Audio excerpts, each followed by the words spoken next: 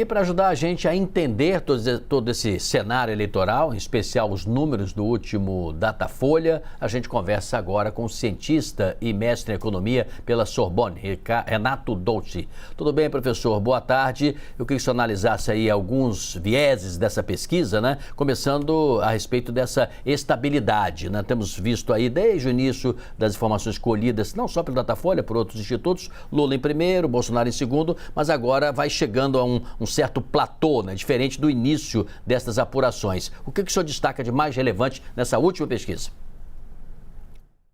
Boa tarde, Sidney. Boa tarde, Luciana.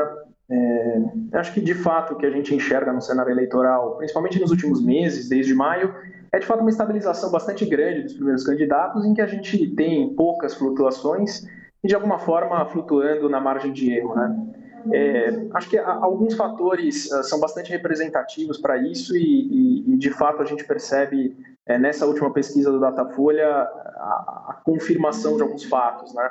Acho que o primeiro deles é perceber que, apesar da gente ver um bom desempenho no debate dos candidatos considerados como terceira via, né? Então o Ciro Gomes, a Simone, de alguma forma eles continuam bastante tímidos em relação ao potencial de crescimento muito grande nas suas estruturas de voto.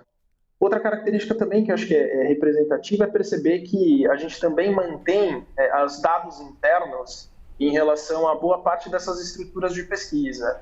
A gente percebe as mulheres ainda como um grande desafio para o presidente Bolsonaro, o crescimento dentro desse segmento é mais complicado, o segmento de jovens também, a renda até 2 salários também com uma maior dificuldade para que o presidente Bolsonaro consiga crescer nas pesquisas, e a gente percebe o mesmo movimento que também, de alguma forma, vem acontecendo em relação ao presidente Lula. Então, a gente percebe São Paulo sendo um espaço onde o presidente Jair Bolsonaro continua crescendo nas pesquisas e gerando ali alguma possibilidade onde ele consiga flutuar dentro dessa margem, mas ainda muito pequena, sempre dentro da margem de erro.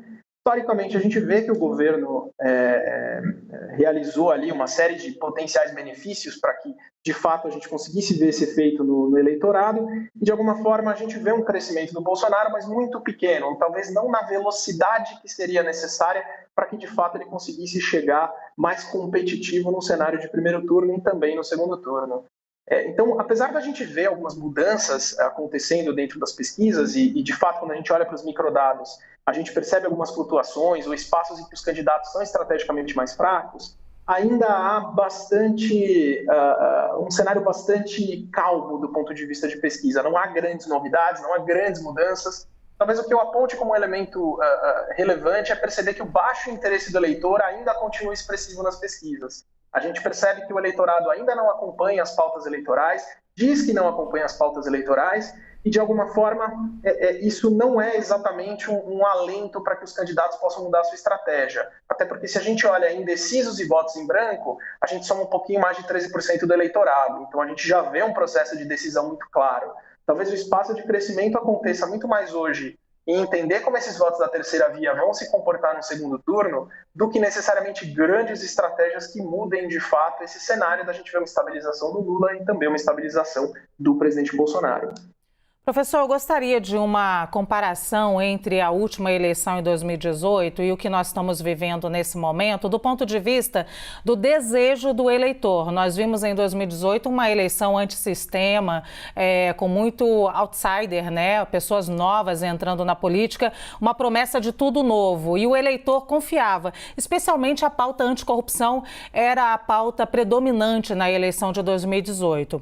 Nessa eleição, especialmente o presidente Jair Bolsonaro tenta reavivar a pauta corrupção, porque é de interesse dele contra o principal adversário dele, mas a população empurra essa pauta para a economia. A população deseja, o que mostram os institutos, melhoras de indicadores econômicos. Eu queria que o senhor me dissesse, essa população, ela não acredita mais no novo? Ela voltou para o velho?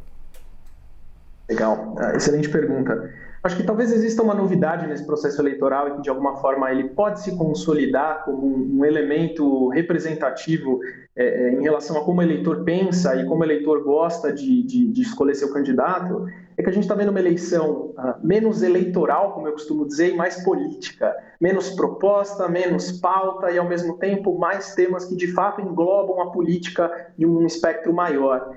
Isso me parece bastante relevante porque, de alguma forma, parece que o eleitor enxerga mais uma posição moral em relação aos seus candidatos.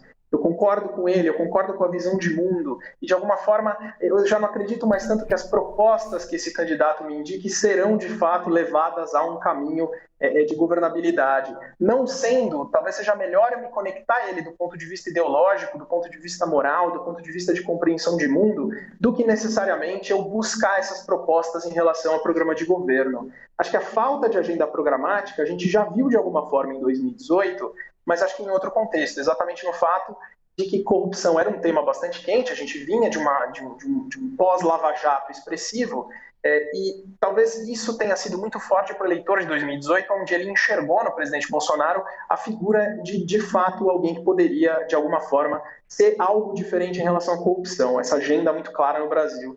Compensação, dessa vez, me parece que a agenda é muito mais ideológica, uma agenda muito mais conectada à moralidade do candidato em si.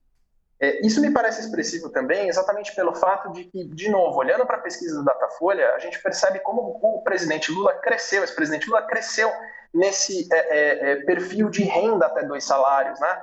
E acho que talvez esse seja o eleitor mais impactado pela agenda econômica e esse é o eleitor que, de fato, vê uma praticidade maior em relação a essas pautas. Ele não entende os grandes debates, as discussões em relação à agenda liberal ou uma agenda não liberal, mas de alguma forma ele sente no bolso esses efeitos. E acho que a resposta econômica que o eleitor está pedindo, e talvez o único grande tema que a gente tenha político nessa eleição que não entre nos espectros morais, seja o debate econômico, seja o debate inflacionário por excelência, esse talvez seja o grande elemento dessas eleições, né? E acho que, de novo, tudo que o governo fez nos últimos meses em relação às suas agendas de aumento de Auxílio Brasil ou de outros benefícios, passam exatamente para tentar dar uma resposta que se reflita nas urnas em relação aos desafios econômicos que o eleitor enxerga. Mas a gente percebe que, por mais que a gente veja uma reprovação do governo caindo, a gente veja o presidente Bolsonaro crescendo muito pouco nas pesquisas, 1%, volto a dizer, talvez a gente não consiga ver a velocidade necessária de resposta nas urnas. O eleitor ele ainda não conseguiu enxergar esses efeitos claros em relação ao que ele vem vendo no bolso dele todos os dias. Ô Renato, a Basília Rodrigues também tem uma pergunta para você. Vamos acompanhar então o que ela quer indagar agora. Oi, Renato, tudo bem? Obrigada pela entrevista. Eu tenho uma curiosidade sobre o fenômeno do voto envergonhado, a presença dos eleitores enrustidos. Como você acha que vai funcionar o voto envergonhado nestas eleições de 2022 e a quem ele beneficia mais? Eu já ouvi analistas que dizem que existem eleitores de Bolsonaro enrustidos, que não se revelaram nas pesquisas, e ao mesmo tempo eu já ouvi analistas dizendo que tem esses eleitores escondidos de Lula também, e isso poderia até levar o ex-presidente à vitória no primeiro turno. Para você, como vai funcionar a dinâmica do voto envergonhado nestas eleições? Legal.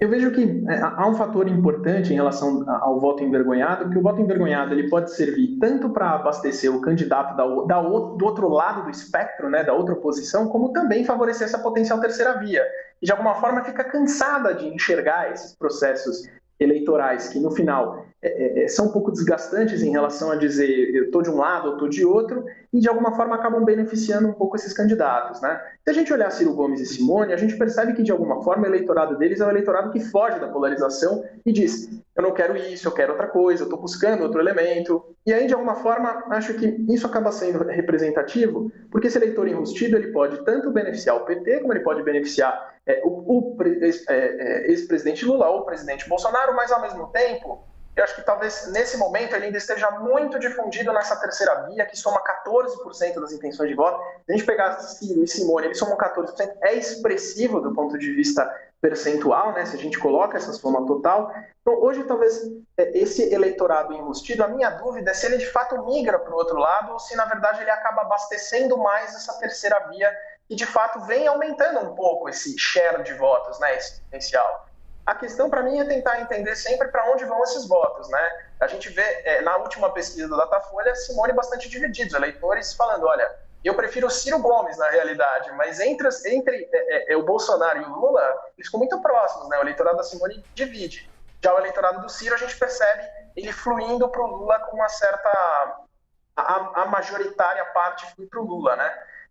35-24. Então, eu acho que talvez, nesse momento, eu não sei muito se esse eleitor escondido expressa esse voto no outro candidato. Eu tenho mais a impressão de que, nesse momento, ele vem fluindo para essa terceira via. E quando a gente vê um debate como o da Bandeirantes, em que, na prática, um pouco de agenda programática aparece na voz do Ciro Gomes e aparece na voz da Simone Tebet, talvez essa manifestação desse eleitor fique um pouco mais clara quando a gente vê esse crescimento nas pesquisas. Muito obrigada. A gente conversou com o cientista político Renato Dolti, trouxe vários pontos de reflexão aqui para nós levarmos para o dia de hoje inteiro ainda. Professor, muito obrigada. Muito obrigado.